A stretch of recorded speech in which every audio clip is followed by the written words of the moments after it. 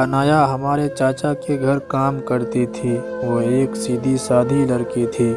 उसके बाबा चाचा जी की दुकान पर नौकर थे। चाचा जी उस घराने का बहुत ख्याल करते थे। एक दिन अनाया के बाबा की सीने में दर्द हुआ और वो दुकान पर ही ऊपर वाले को प्यारे हो गए। उस हादसे ने हम सबको अफसुर्दा कर दिया। अनाया की उम्र उस वक्त सिर्फ 13 साल थी जब वो पिता के साये से वंचित हो गया। अब उसका एक विधवा माँ के सिवा कोई ना रहा। घर भी किराए का था, इसलिए चाचा ने उन दोनों माँ बेटी को अपने घर के सामने वाले मकान में शिफ्ट कर दिया। यह मकान भी चाचा का ही था, लेकिन अधूरा बना हुआ था। कई वर्षों से खाली पड़ा था।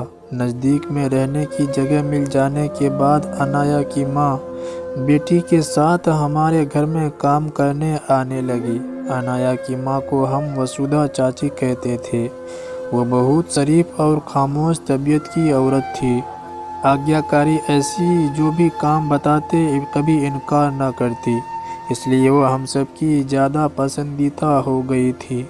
अनाया एक खूबसूरत और नाजुक लड़की थी। उसे पढ़ने का शौक था। अपने बाबा की मृत्यु के बाद जब वो छठी क्लास में थी तो उसकी पढ़ाई का सिलसिला ख़त्म हो गया। अनाया को इस बात का सख्त मलाल था। वो अक्सर मुझसे कहा करती थी, काश कोई मुझे फिर से स्कूल में दाखिल करा दे तो उसका ये एहसान ना भूलूंगी। एक दिन मैंने चाची से सिफारिश की। उन्होंने चाचा जी से कहकर अनाया को स्कूल में दाखिल करवा दिया।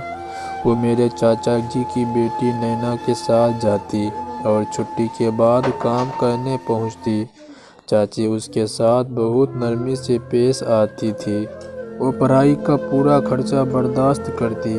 उसके अलावा उसकी माँ भी पैसों से मदद कर दिया करती थी। इस कारण वसुधा हमारे खानदान की एहसानमंद थी, क्योंकि कभी हम लोगों ने उन्हें ये एहसास नहीं दिलाया कि वो एक गरीब और बेसहारा है, बल्कि चाचा चाची ने तो उनको अपने घर के सदस्य जैसा जाना। मेरे चाचा वसुधा को भी बहन का दर्जा देते थे।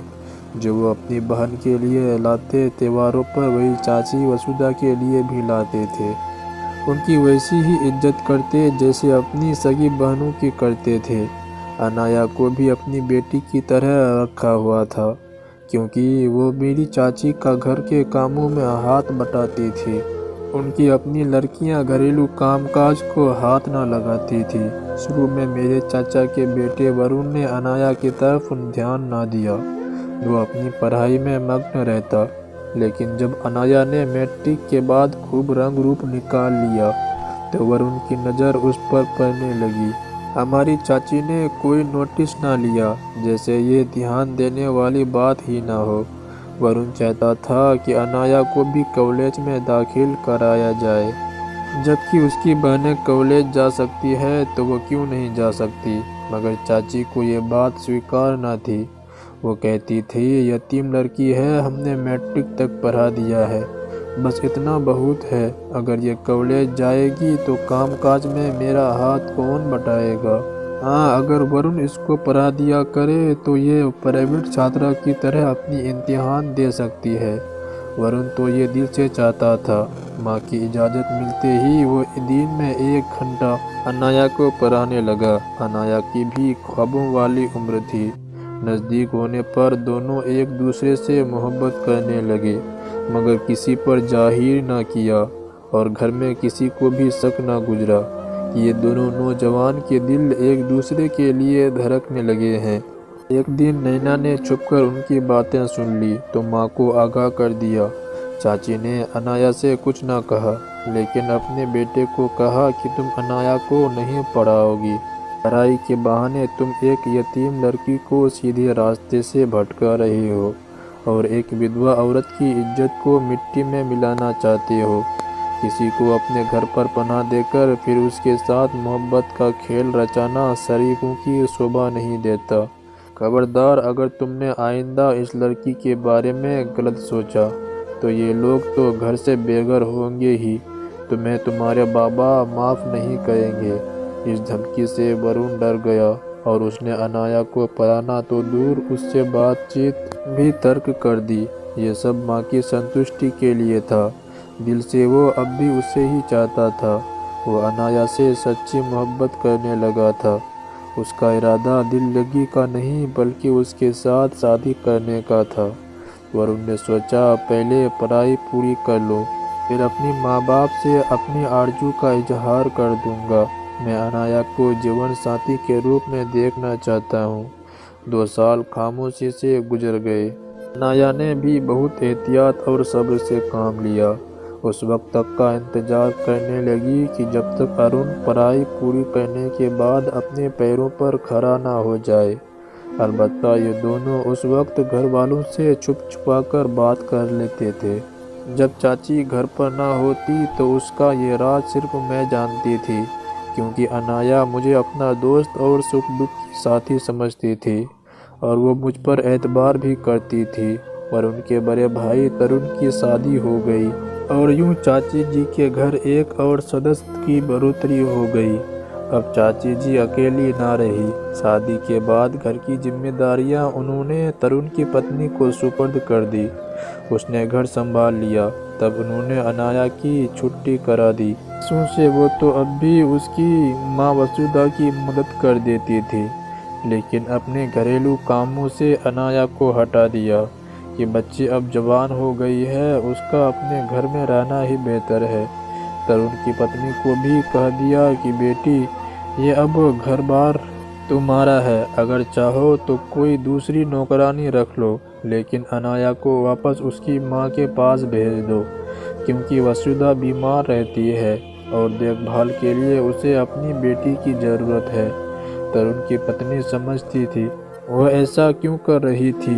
उसके दिल में खतरे की घंटी बज चुकी थी।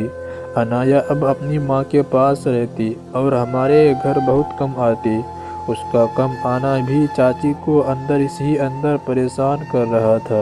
अनाया से मेरी दोस्ती थी, वरुण भैया जानते थे, इसलिए उसे जो अनाया से कहना होता मुझे कह देता।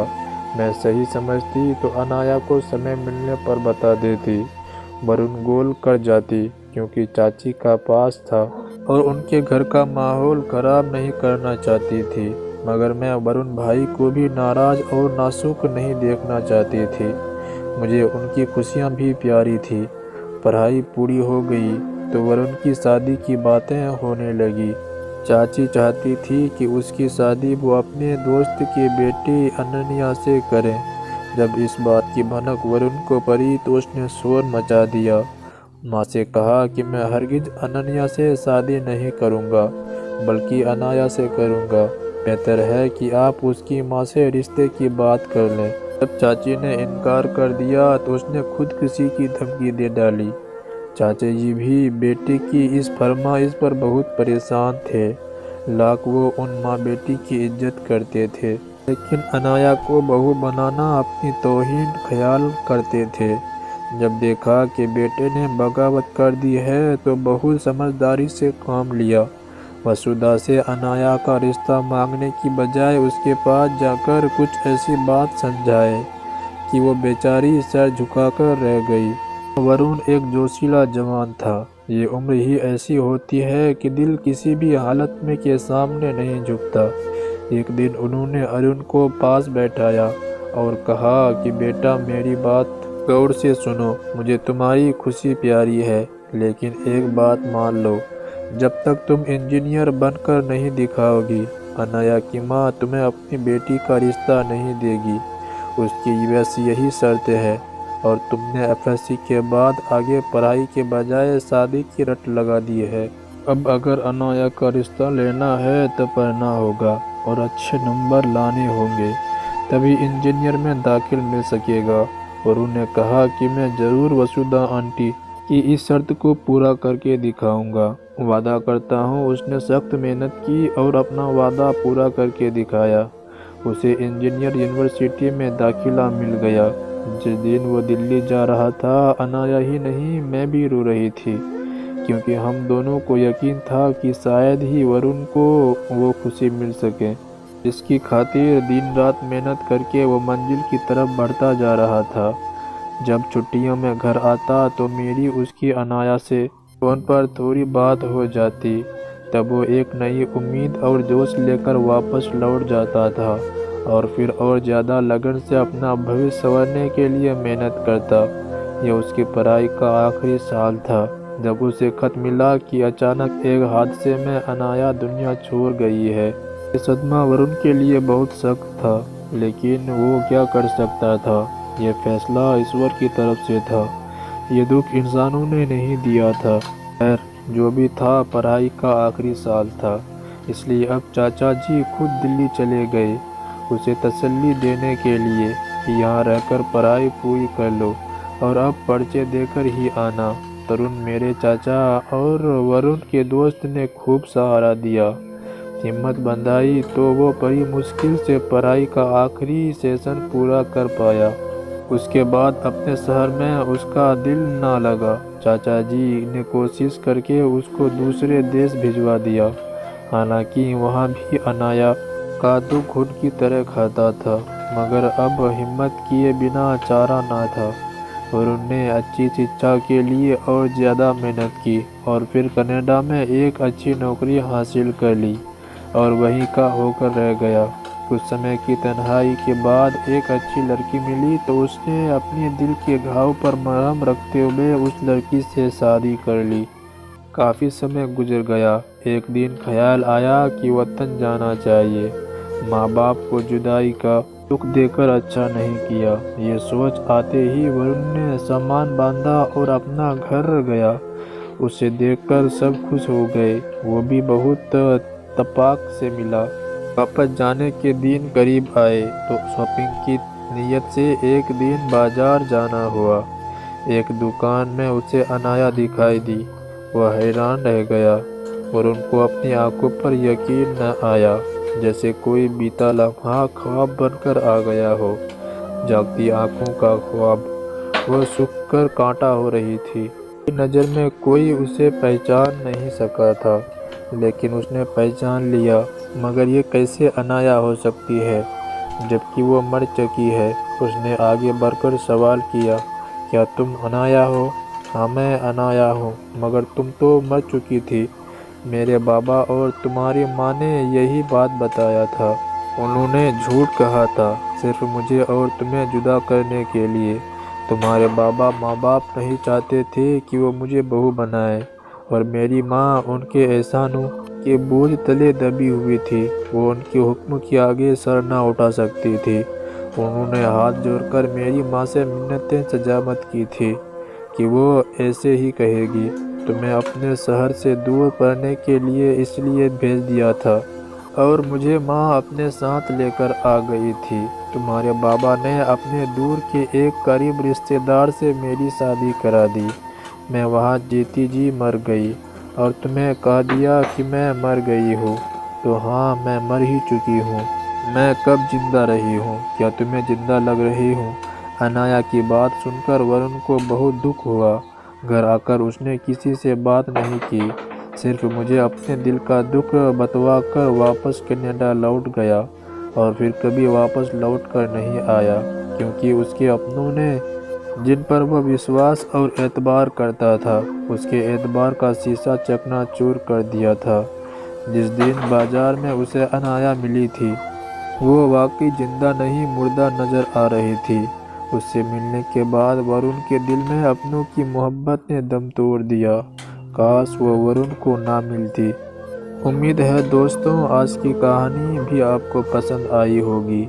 वीडियो को लाइक करके और इसी तरह की वीडियो देखने के लिए चैनल को सब्सक्राइब कर लीजिए।